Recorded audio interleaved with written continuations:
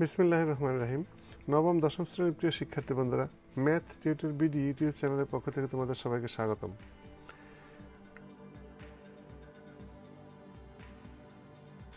অনুশীলনী উদাহরণ 40 নম্বর প্রশ্নের সমাধান নিয়ে। তো চলো শুরু করা যাক। উদাহরণ 40-এ কী আছে আমরা লক্ষ্য করি।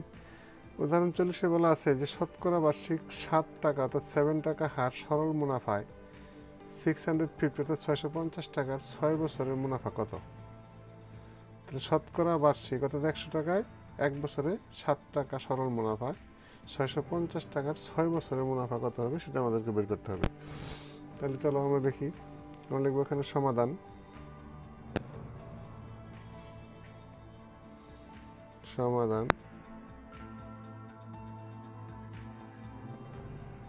তাহলে আমরা এখানে কি জানি দেখো, আমরা একটা সূত্র জানি, আমরা শিখছি যে আমরা জানি এখানে লিখবো যে আমরা জানি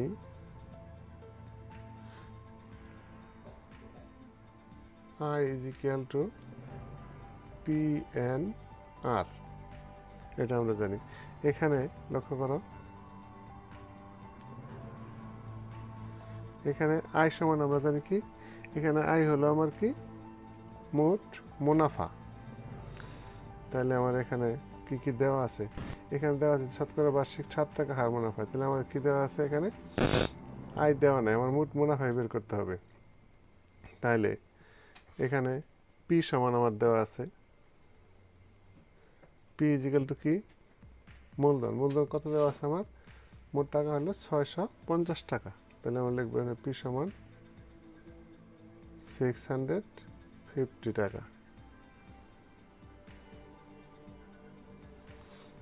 তারপরে কি এন, এন সমান দেওয়া আছে কত, সময়, সময় আমার দেওয়া আছে কত 7 বছর।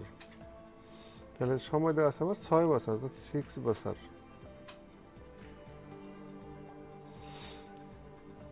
আর দেওয়া আছে কত, আর দেওয়া আছে মুনাফার হার, শতকরা হার 7 টাকা। তাহলে আমরা এখানে লিখবো কত,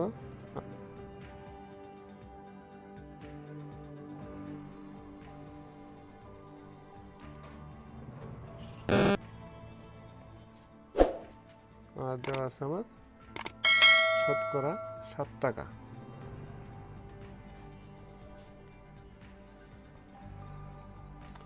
অর্থাৎ 7%।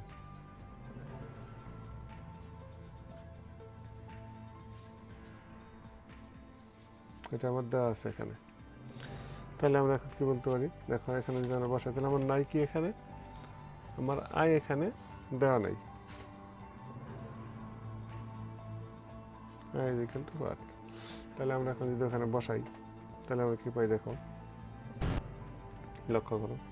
তাহলে অতএব আমরা যদি লিখি এখানে সূত্র, আই ইজ ইকুয়াল টু, আমরা জানি কি পি, পি আমার কত 650 টাকা, ইন্টু এন হলে আমার কত 6 বছর, ইন্টু 7%,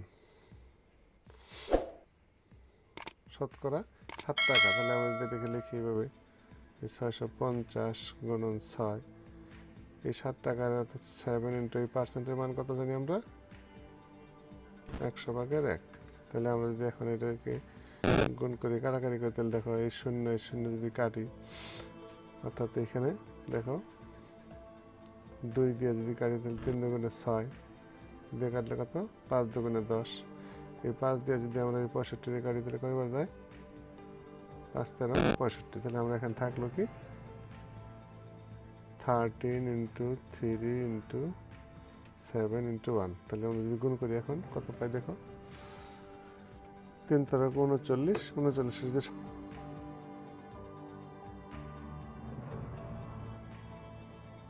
3 7 21 আর 6 27,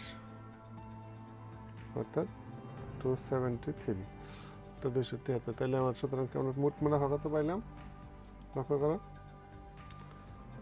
অতএব আয় যদি মোট মুনাফা হয়, তাহলে আমরা লিখলাম মুনাফা